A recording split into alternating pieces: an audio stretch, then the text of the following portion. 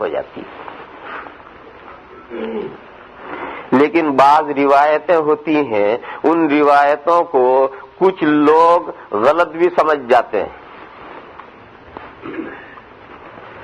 ایسی بہت روایتیں ہیں کہ اس کو لوگ مس انڈرسٹینڈنگ ہو جاتی ہے، غلط سمجھ جاتے ہیں۔ ایسی ایک دو تین روایتیں میں ذکر کروں۔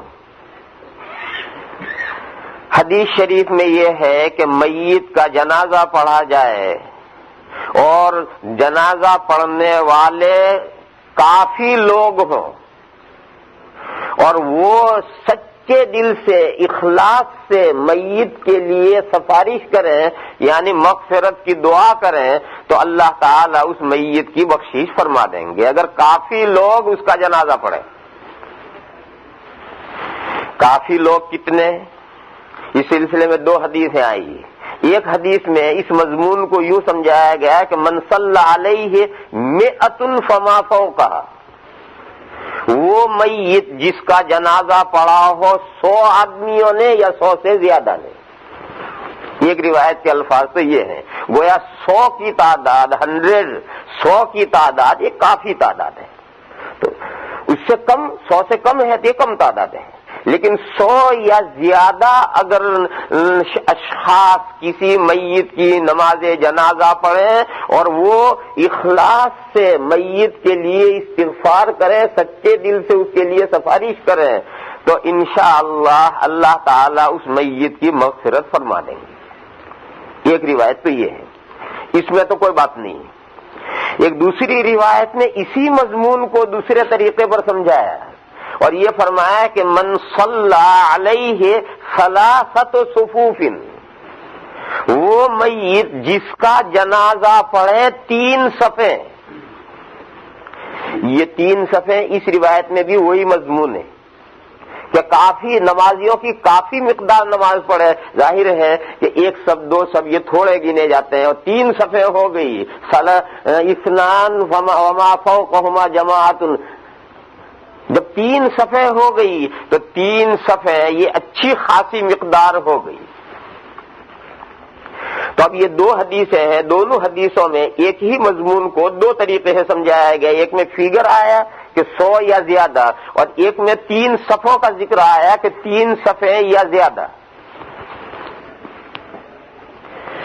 جو صحابی اس حدیث شریف کو روایت کرتے ہیں ان صحابی کا طریقہ یہ تھا کہ اگر کوئی میت ایسی ہوتی کہ جس کا جنازہ پڑھنے والے بہت تھوڑے لوگ ہوتے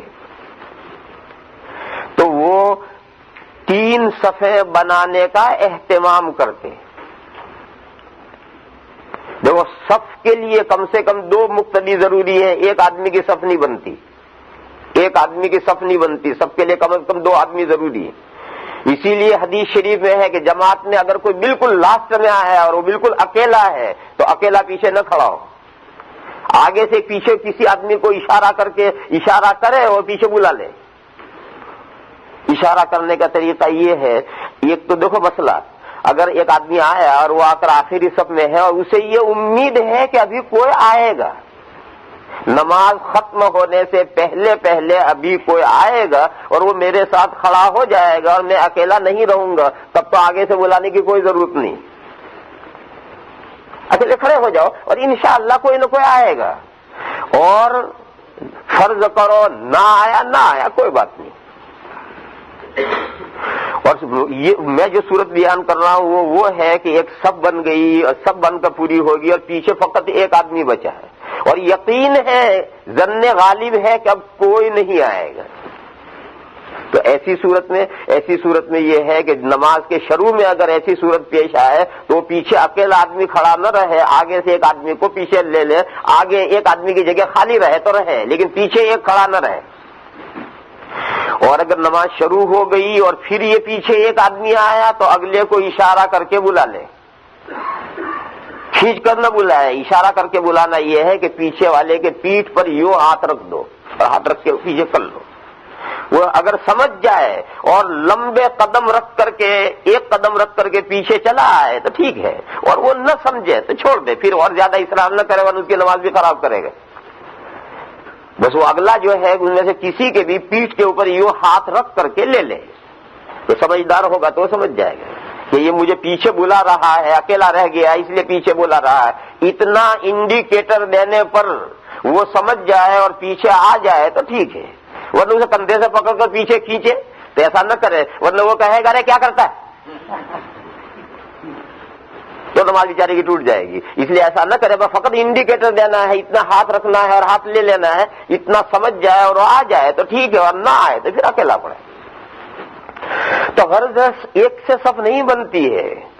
حدیث شریف میں ایک روایت ہے کہ علماء حضور اکرم صلی اللہ تعالی علیہ وسلم کے زمانے میں ایک صحابی نے پیچھے صف میں اکیلے نماز پڑھی، مسئلہ ان کو نہیں معلوم تھا، اکیلے پڑھی، بعد میں حضور کے علم میں آیا تو حضور نے انہیں حکم دیا کہ وہ نماز کا اعادہ کریں اور دوبارہ نماز پڑھیں۔ اور اسی روایت کی وجہ سے امام احمد ابن حنبل علیہ الرحمہ اکیلے ایک امام یہ کہتے ہیں کہ اگر سب کے پیچھے کوئی اکیلا نماز پڑھے گا نماز ہوگی ہی نہیں، لیکن دوسرے تین امام یہ کہتے ہیں کہ نہیں، نماز تو ہو جائے گی لیکن مکروہ تحریمی ہوگی، نماز تو ہو جائے گی لیکن مکروہ تحریمی ہوگی، اور مکروہ تحریمی جو نماز ہوتی ہے اسے لوٹانی چاہیے۔ کوئی بھی نماز ہو جو نماز مکروہ تحریمی ہوئی ہو تو اس نماز کو لوٹانی چاہیے، لہذا اس قاعدے سے لوٹوایا گیا ہے، ورنہ نماز تو فی نفسی ہی ہو جاتی ہے۔ تو خیر بات میں یہ کہہ رہا تھا کہ اکیلے ایک آدمی سے صف نہیں بنتی، سب کے لیے کم از کم 2 آدمی چاہیے، لہذا جنازے میں 3 صف بنانے کے لیے 7 آدمی ہیں تو 3 صفیں بن سکتی ہیں، اور 7 سے کم ہیں تو 3 صفیں نہیں بن سکتی۔ ایک تو امام صاحب، پھر 2 آدمی کی صف، پھر 2 آدمی کی صف، پھر 2 آدمی کی صف، 2 2 2 6 اور امام صاحب 7۔ تو جنازہ پڑھنے والے اگر 7 آدمی ہیں تو 3 صفیں بن سکتی ہیں، اس سے کم ہیں تو 3 صفیں بننے کی کوئی شکل نہیں، اور اگر 7 سے زیادہ ہیں تو بن ہی سکتی۔ تو غرض اس حدیث شریف کے جو راوی صحابی ہیں وہ صحابی اگر کسی جنازے میں دیکھتے کہ میت بہت نمازی بہت کم ہے تو پھر بھی وہ 3 صفیں بنانے کا اہتمام کرتے تھے۔ کیوں؟ اگرچہ حدیث شریف کا مطلب تو یہ ہے کہ 3 صفیں نماز پڑھیں، یعنی اچھی خاصی مقدار نماز پڑھیں نمازیوں کی، مگر چونکہ حدیث میں لفظ آئے 3 صفیں تو 3 صفیں وہ بناتے تھے۔ کیوں؟ اس لیے کہ اللہ کی مہربانی کو بہانا چاہیے، رحمت حق بہانا می جوید، بہانمی جوید۔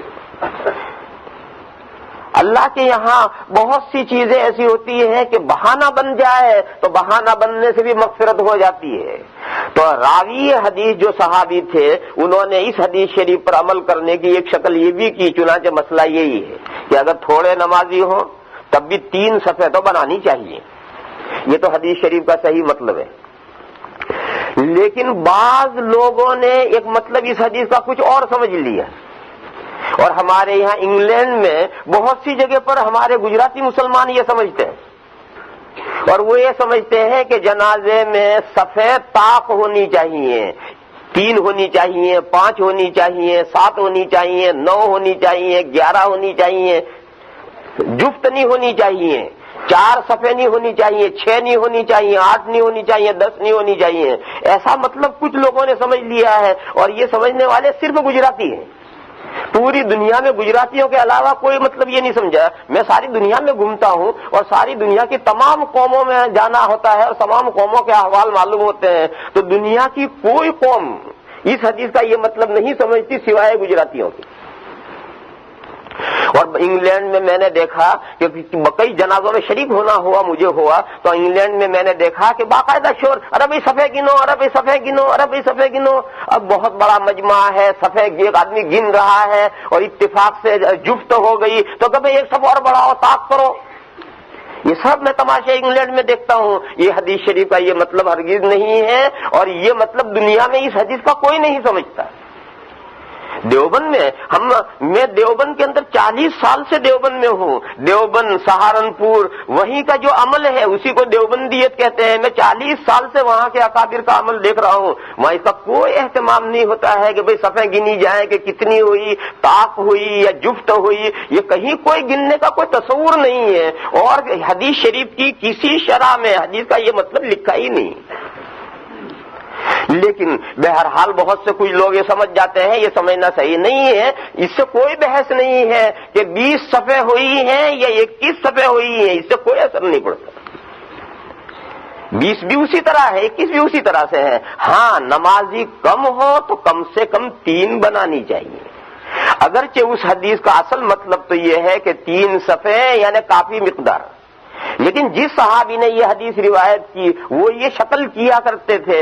اور اللہ تعالیٰ کی رحمت ڈھونڈنے کے لیے اگر بہانہ بھی بنے، بہانہ جانتے ہو، ایک آدمی گنہگار تھا، جوانی میں انتقال ہونے لگا تو اس نے اپنے ورثاء کو وصیت کی کہ جب میرا جنازہ تیار کرو تو میری داڑھی میں خوب آٹا ڈال دیجیے، پورا آٹا بھر دیجیے میری داڑھی میں اور پھر دفن کیجیے.